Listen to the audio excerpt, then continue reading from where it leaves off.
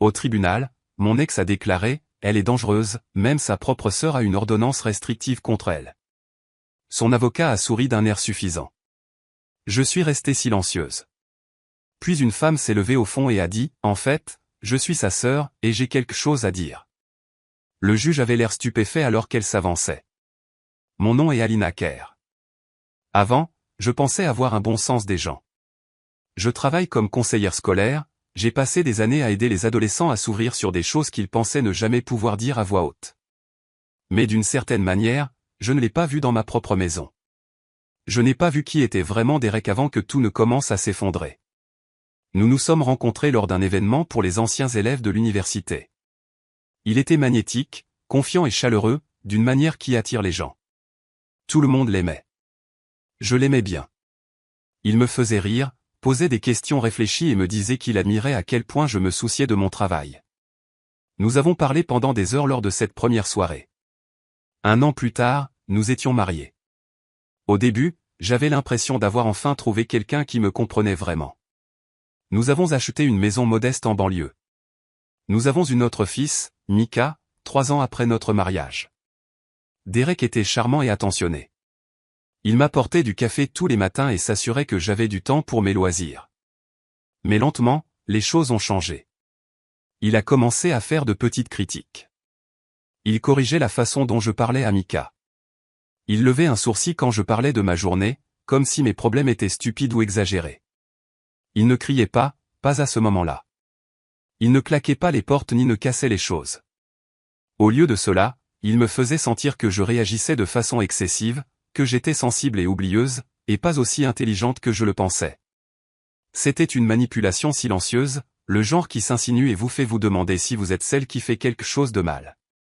Il a commencé à m'isoler des personnes qui me stabilisaient. Il disait que ma sœur Naomi était une mauvaise influence, qu'elle aimait semer la zizanie et créer des problèmes entre nous. Il m'a dit qu'elle avait dit des choses terribles dans mon dos. Je l'ai cru. Il me montrait des messages hors contexte, des captures d'écran qui faisaient passer Naomi pour cruelle ou jalouse. J'ai commencé à m'éloigner d'elle. Elle a essayé de me contacter et je l'ai repoussée. Je le regrette plus que tout. Mika avait 5 ans lorsque Derek a vraiment commencé à changer. Il n'était plus seulement contrôlant, il était froid. Si je n'étais pas d'accord avec lui, il me punissait avec le silence pendant des jours. Si je pleurais, il me disait que j'étais dramatique. Si j'essayais de fixer des limites, il me faisait des menaces, pas bruyantes et évidentes, mais de discrètes suggestions de ce qu'il pouvait m'enlever. Tu sais, un tribunal ne te croirait jamais, disait-il. Je suis stable, j'ai un bon travail, tu pleures à cause du lave-vaisselle. Au moment où j'ai réalisé ce qui se passait, je me sentais complètement seul. Je ne me reconnaissais même plus. Je n'étais plus la femme forte que j'étais autrefois. J'étais épuisée, incertaine et constamment en train de m'excuser pour des choses que je ne pouvais pas nommer. Je l'ai quitté après une nuit où Mika est entrée dans notre chambre et a demandé, « Maman, pourquoi papa est-il toujours en colère contre toi ?» C'était mon point de rupture. J'ai fait ma valise pendant que Derek était au travail et j'ai emmené Mika chez mes parents. C'était la première fois que je faisais quelque chose sans l'approbation de Derek depuis des années. Je m'attendais à ce qu'il nous supplie de revenir, à ce qu'il essaie de s'expliquer. Au lieu de cela, il est passé directement aux menaces juridiques. Il a demandé le divorce et a demandé la garde exclusive. Dans ses déclarations, il m'a dépeinte comme instable, peu fiable et émotionnellement erratique. Il a affirmé que j'étais dangereuse pour Mika. Il a dit que j'avais des accès de colère et que je m'étais aliénée de ma propre famille, y compris ma sœur qui, selon son avocat, avait déposé une ordonnance restrictive contre moi.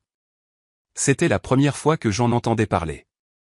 J'étais assise au tribunal, écoutant son avocat énumérer des mensonges, tordant chaque souvenir douloureux en une arme. Mon avocat s'est penché et a chuchoté, « Voulez-vous répondre à cette accusation concernant votre sœur ?» J'ai dit non. Je ne voulais pas combattre le feu par le feu. Je voulais des faits, et le fait était que je n'avais pas parlé à Naomi depuis près de 2 ans, non pas parce que je la détestais, mais parce que j'étais convaincu qu'elle me détestait. Je n'avais aucune idée qu'elle était même dans la salle d'audience, aucune idée qu'elle suivait l'affaire ou qu'elle avait quelque chose à dire. Mais elle était là, et quand elle s'est levée, tout ce que je pensais comprendre de ce qui se passait, tout ce que Derek avait essayé de faire croire au monde, a commencé à s'effondrer. Je n'avais jamais été dans une salle d'audience avant le procès pour la garde. Je pensais que ce serait plus formel, plus rigide. Au lieu de cela, j'avais l'impression d'être dans un théâtre où ma vie était jouée sans ma permission, et Derek était celui qui écrivait le scénario. Il est entré ce jour-là, soigné, costume impeccable, rasage de près, expression calme. Il a même souri au huissier. Si vous ne le connaissiez pas, vous penseriez qu'il n'était qu'un père essayant de faire ce qu'il y a de mieux pour son enfant. C'est ce qu'il voulait que le juge croie. C'est ce qu'il avait travaillé si dur à construire, une version de lui-même qui semblait crédible et sûre, et une version de moi qui ne l'était pas. Son avocate, une femme nommée Clarissa Owen, avait le genre de voix qui faisait que tout semblait rationnel, même lorsqu'elle tordait la vérité. Elle se tenait avec confiance devant le juge et a commencé à brosser un tableau que je ne reconnaissais pas. Elle a dit que j'étais émotionnellement instable, que j'avais un comportement erratique et que j'étais incapable de prendre des décisions calmes dans l'intérêt de notre fils. Elle a utilisé des mots comme impulsive, incontrôlable et s'isolant d'elle-même. Elle a dit que j'avais l'habitude de repousser les personnes les plus proches de moi, et que cela incluait ma propre famille. Puis est venu le moment qui a coupé le souffle à la salle. Elle s'est tournée vers le juge et a dit « Votre honneur, j'aimerais également souligner que la propre sœur de mademoiselle Kerr a déposé une ordonnance restrictive contre elle. Cela devrait inciter le tribunal à s'interroger sérieusement sur son aptitude émotionnelle à être parent. » J'ai figé pendant une seconde. Je ne pouvais pas respirer. Mon esprit s'emballait. Était-ce vrai? Naomi était-elle vraiment allée aussi loin? J'ai essayé de me souvenir des derniers mots que nous avions échangés. C'était une conversation tendue, même en colère, mais elle n'était pas violente. Il n'y avait jamais eu de menaces, pas de cris, juste un triste silence qui s'étirait entre nous après trop d'incompréhension et trop d'interférences de Derek. J'ai regardé mon avocat. Elle a chuchoté, « Voulez-vous répondre ?» J'ai secoué la tête. Je n'étais plus sûr de ce qui était vrai. J'avais passé tellement de temps dans un brouillard de manipulation que je ne faisais plus confiance à mes propres souvenirs. Si Naomi avait déposé quelque chose, ne l'aurais-je pas su? N'aurais-je pas été notifié? Clarissa continua calmement, feuilletant un dossier. Elle n'offrit aucune preuve, elle ne soumit aucun document, juste la déclaration, juste la graine du doute. C'était la stratégie de Derek. Il n'avait pas besoin de faits, il avait besoin d'incertitudes. Il avait besoin que le juge me regarde et se pose des questions. J'étais assise là, silencieusement, les mains jointes sur mes genoux, essayant de garder mon visage neutre. Je savais que chaque expression que je ferais serait observée. Si je montrais de la colère, cela confirmerait leur histoire. Si je pleurais, cela serait considéré comme une faiblesse. Alors j'ai regardé droit devant moi. J'ai gardé ma respiration stable et j'ai essayé de bloquer la brûlure derrière mes yeux. Derek me regardait tout le temps. Il ne broncha pas lorsque son avocat mentit. Il ne s'opposa pas et ne corrigea pas la déclaration. Il voulait qu'elle soit là. Il voulait que la salle d'audience croie que j'avais brûlé tous les ponts, même ceux qu'il avait incendiés lui-même. Naomi avait été le dernier lien que j'avais avec la version de moi qui existait avant lui, et même si nous ne nous étions pas parlé depuis si longtemps, une partie de moi espérait encore que si j'avais un jour besoin d'elle, elle se manifesterait. Mais au fil des minutes qui passaient et qu'elle n'apparaissait pas, j'ai commencé à accepter qu'il avait peut-être gagné. Peut-être qu'il l'avait retourné trop loin contre moi. Le juge a demandé à Clarissa si elle avait une documentation concernant l'ordonnance restrictive. Elle a répondu avec précaution, « Nous travaillons à l'obtention du dossier, mais sur la base d'informations crédibles de M. Quint, nous sommes confiants dans cette affirmation. » Mon avocat s'est opposé, déclarant qu'aucun document de ce type n'avait été reçu et que tant qu'il ne serait pas produit, il ne devrait pas être pris en considération. Le juge a hoché la tête, mais a pris une note. Et juste comme ça, un mensonge avait été prononcé dans le procès-verbal. Je n'arrêtais pas de penser à Mika, à ce qu'il penserait s'il était assez grand pour comprendre ce qui se passait. Je me demandais ce dont il se souviendrait. Se souviendrait-il à quel point j'avais essayé de garder les choses douces et sûres, ou grandirait-il en croyant que j'étais la version de moi que son père avait créée? J'étais assise dans cette salle d'audience, entourée d'étrangers qui décidaient de mon avenir, et je me sentais plus seul que jamais dans ma vie, jusqu'à ce que j'entende la voix, « En fait, je suis sa sœur et j'ai quelque chose à dire. » Au moment où la voix de Naomi résonna dans la salle d'audience, c'était comme si le temps s'était fracturé. Je ne l'avais pas entendu parler depuis 2 ans, et pourtant j'ai immédiatement reconnu son ton, confiant, mais tremblant en dessous. La salle d'audience s'est déplacée, les têtes se sont tournées. Le juge a levé les sourcils et s'est légèrement penché en avant. Excusez-moi, dit le juge, qui êtes-vous? Naomi est sortie du fond de la salle. Elle n'était pas habillée comme quelqu'un qui venait s'asseoir tranquillement. Elle portait un blazer marine ajusté, ses cheveux tirés en arrière. Elle avait l'air forte. Je suis Naomi Kerr. Je suis la sœur d'Alina. Clarissa Wynn leva les yeux, surprise. Elle chuchota quelque chose à Derek, qui se tendit instantanément. Je ne suis pas sur la liste des témoins, dit Naomi, mais je crois que je dois corriger le procès-verbal. Le juge fit signe au huissier de l'escorter vers l'avant. Naomi passa devant les rangées de sièges et se dirigea vers l'avant avec une assurance qui donnait l'impression qu'elle y avait sa place. Mon cœur battait la chamade. Je ne savais pas pourquoi elle était là. Je ne savais pas si elle était venue pour m'aider ou pour l'aider lui. Je ne lui avais pas parlé depuis la semaine où Derek m'avait accusé d'être émotionnellement abusive et m'avait transmis ses textos privés. Elle n'avait jamais répondu lorsque j'avais essayé de la contacter par la suite. Je pensais qu'elle était partie pour de bon. Naomi se tourna vers le juge, il n'y a pas d'ordonnance restrictive. Je n'en ai jamais déposé une contre ma sœur. C'est un mensonge. Clarissa se leva rapidement, votre honneur, nous avions l'impression que... Le juge leva la main, laissez-la parler. Naomi me regarda. Ses yeux étaient remplis de quelque chose que je n'avais pas vu depuis des années. Du chagrin, peut-être, ou du regret. Il y a 2 ans, j'ai arrêté de parler à ma sœur. J'ai cru des choses sur elle que je n'aurais pas dû croire. J'ai cru des choses parce que quelqu'un en qui j'avais confiance m'a montré des messages, des captures d'écran et des demi-vérités qu'il a dépeignées comme manipulatrices. Je vois maintenant que j'étais utilisé. La salle d'audience était tombée dans le silence. Derek était assis, figé, son expression illisible. Il n'interrompait pas, mais je pouvais voir sa mâchoire se serrer. Naomi continua, Derek m'a dit qu'elle était instable, qu'elle nuisait émotionnellement à Mika. Il a dit qu'elle s'isolait exprès et qu'elle était paranoïaque. Il a dit que tout ce qu'elle faisait était de dénigrer les gens. Elle fit une pause. Je l'ai cru parce qu'il était calme et convaincant, parce qu'il avait toujours une version de l'histoire qui avait du sens, et je ne réalisais pas que je n'étais qu'une personne de plus dont il avait besoin pour l'isoler. Le juge se pencha en arrière sur sa chaise, écoutant attentivement. Je n'ai pas déposé d'ordonnance restrictive, dit Naomi à nouveau, fermement. Je ne ferai jamais ça. J'ai coupé le contact parce que j'ai été manipulé pour croire que c'était le mieux pour elle. J'avais tort. Je sentais mes mains trembler. Je n'avais pas réalisé à quel point je serrais les bras de la chaise. J'avais à peine assez d'air pour respirer. Pendant des mois, j'avais porté la honte d'être rejeté par la seule personne qui me connaissait mieux que quiconque, et maintenant elle était là, à dire la vérité publiquement, clairement. Naomi se tourna complètement vers moi. Je suis désolée, dit-elle. J'aurais dû appeler, j'aurais dû te demander directement. Je suis là maintenant et je veux aider à réparer ce que j'ai brisé. Le juge regarda Clarissa. Maître, aimeriez-vous expliquer pourquoi vous avez soumis une demande sans documentation? Clarissa, toujours aussi posée, répondit, nous nous sommes fiés au témoignage de Monsieur Quint et étions en train de vérifier. Cela ne sera pas suffisant à l'avenir, interrompit le juge. Les fausses déclarations sont prises au sérieux dans mon tribunal. Le visage de Derek perdit son calme habituel. Il jeta un coup d'œil vers Naomi avec un éclair de quelque chose que je n'avais pas vu auparavant, la panique. J'ai réalisé à ce moment-là à quel point son pouvoir reposait sur le silence, sur l'isolement, et Naomi venait de le briser devant tout le monde. Le juge s'adressa de nouveau à Naomi, avez-vous autre chose à ajouter? Elle hocha la tête. Juste une chose.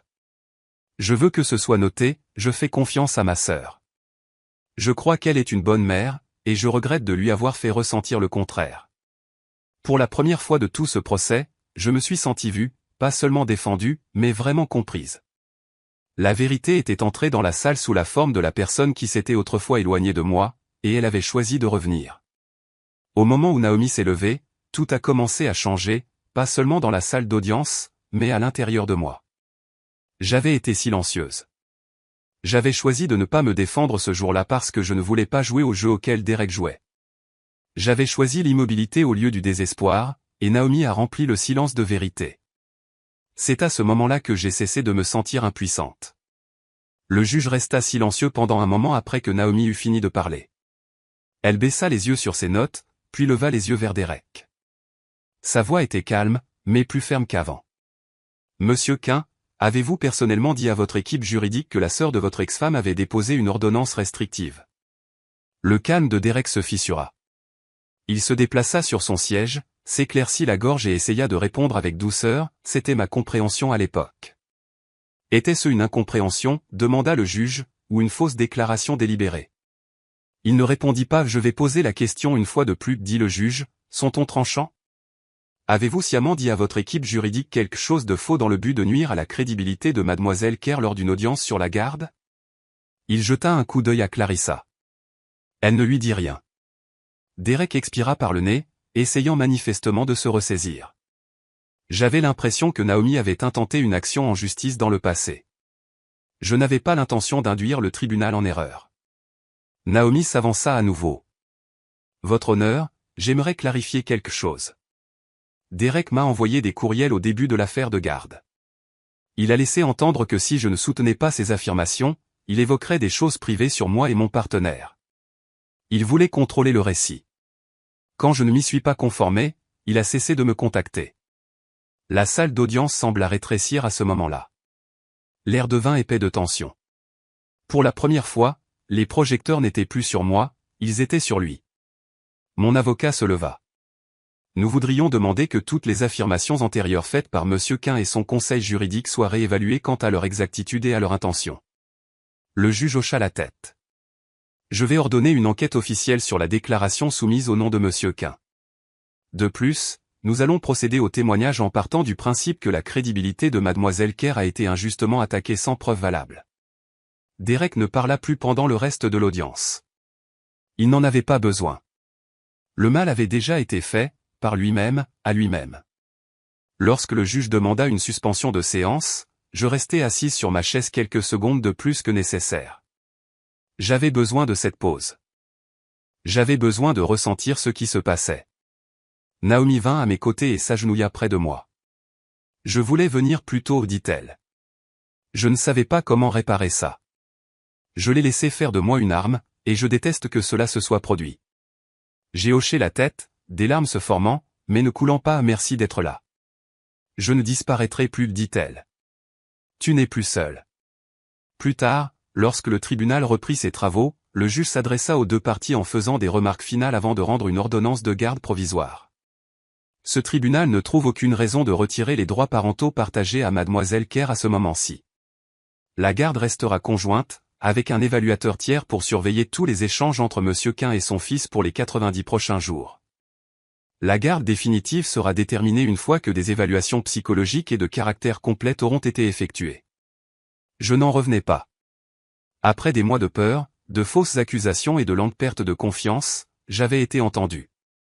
Le juge avait vu clair en lui. Alors que je rassemblais mes affaires, le dessin de Mika glissa de mon dossier, un petit croquis qu'il avait fait de nous trois, moi, lui et un petit chien qu'il espérait avoir un jour. Je le ramassai et le tins dans ma main. Mon cœur était stable pour la première fois depuis ce qui semblait une éternité. Derek passa devant moi sans me regarder dans les yeux. Pour une fois, il n'avait pas de sourire suffisant, n'essayait pas de dire quelque chose de subtil pour me miner. Il est simplement parti. Naomi attendait à la sortie. Lorsque nous sommes sortis au soleil, elle a marché à côté de moi, silencieuse, mais présente. Cela voulait tout dire. Dans la salle d'audience, c'était mon nom sur les documents, ma réputation qui était en jeu, mais ce n'était pas seulement mon histoire. C'était l'histoire de toutes les femmes à qui on a dit qu'elles étaient trop émotives, de toutes les mères qui ont été accusées d'être instables parce qu'elles se sont opposées au contrôle, de toutes les sœurs qui n'ont pas su qu'elles étaient manipulées avant qu'il ne soit presque trop tard. La voix de Naomi a tout changé ce jour-là. Elle a inversé la tendance, non seulement dans la salle d'audience, mais dans mon cœur. La version de moi que Derek avait essayé d'effacer s'est relevée, plus forte, plus claire et plus seule. Après l'audience, je n'ai pas pleuré tout de suite. Je pensais que j'allais le faire, mais je ne l'ai pas fait. Je crois que je retenais encore mon souffle, attendant que quelque chose tourne mal, attendant que quelqu'un me dise que le soulagement que je ressentais n'était pas réel. Mais il l'était. Ce soir-là, je me suis assise sur le sol de la chambre de Mika pendant qu'il jouait avec ses petites voitures. Il les a alignées sur le tapis comme une petite parade et m'a demandé si je voulais l'aider à construire un garage. Je l'ai fait. Nous n'avons pas parlé du tribunal, ni de son père, ni de quoi que ce soit de grave. Nous avons juste joué, et au milieu de tout ça, il a levé les yeux vers moi et a dit, « Tu as l'air heureuse à nouveau. » Cette phrase m'a brisé. Je l'ai serré fort, en chuchotant un merci encore et encore. Il ne savait pas pourquoi il me remerciait, mais il m'a rendu mon étreinte sans hésitation. Dans les semaines qui ont suivi, j'ai commencé à reconstruire, non seulement mon dossier de garde, mais mon sens de moi-même. J'ai rejoint un groupe de soutien pour les femmes qui avaient subi des abus émotionnels lors de batailles pour la garde. J'ai commencé à consulter un thérapeute régulièrement. J'ai recommencé à dormir toute la nuit. Naomi et moi nous sommes rencontrés pour prendre un café la semaine suivante. Ce n'était pas facile. Il y a eu beaucoup de silence au début, beaucoup d'honnêteté douloureuse entre les gorgées de café et les respirations profondes. Elle m'a dit à quel point elle était désolée de ne pas avoir posé de questions, d'avoir présumé que la version de moi racontée par Derek était vraie. Je lui ai dit que je n'étais pas fier de la façon dont je l'avais exclu, de la façon dont j'avais ignoré mes propres instincts en faveur de son influence. Nous n'avons pas essayé de prétendre que tout était parfait. Nous ne nous sommes pas dites guéries ou entières, mais nous avons décidé que nous en valions la peine. Les sœurs, même lorsque le monde essaie de les séparer, peuvent encore se retrouver. L'affaire de garde s'est poursuivie pendant quelques mois. La demande du juge pour une évaluation psychologique a révélé des schémas clairs de comportement de contrôle chez Derek. Le rapport de l'évaluateur a confirmé ce que j'avais vécu. Lentement, pièce par pièce, la vérité a construit son propre dossier, pas seulement mes mots, mais des preuves. Finalement, on m'a accordé la garde principale de Mika. Derek s'est vu accorder des visites supervisées, ainsi qu'un cours de parentalité ordonné par le tribunal et des conseils obligatoires. Je ne me suis pas sentie triomphante. Il ne s'agissait pas de vengeance ou de victoire. Il s'agissait de créer une vie où mon fils pouvait se sentir en sécurité, où je pouvais être parent sans crainte, et où je pouvais respirer sans marcher sur des œufs. Si vous m'aviez dit 1 an plus tôt que je serais devant le tribunal, accusée d'être dangereuse par la personne qui avait autrefois promis de m'aimer, je ne vous aurais pas cru. Si vous m'aviez dit que ma sœur serait celle qui ferait jaillir la vérité à la lumière, j'aurais peut-être ri amèrement. Mais la vie vous surprend dans les moments où vous vous y attendez le moins. Voici ce que j'ai appris, le silence n'est pas une faiblesse. Choisir de ne pas vous défendre sur le moment ne signifie pas que vous vous rendez. Parfois, cela signifie que vous attendez que la vérité entre à vos côtés. Je n'ai pas gagné ce jour-là au tribunal parce que j'ai crié plus fort ou que je me suis battu plus fort. J'ai gagné parce que j'ai maintenu mon identité. J'ai attendu. J'ai fait confiance au fait que les mensonges s'effondreraient sous leur propre poids, et c'est ce qui s'est passé. Si vous regardez ceci et que quelqu'un a essayé de vous faire vous sentir petit,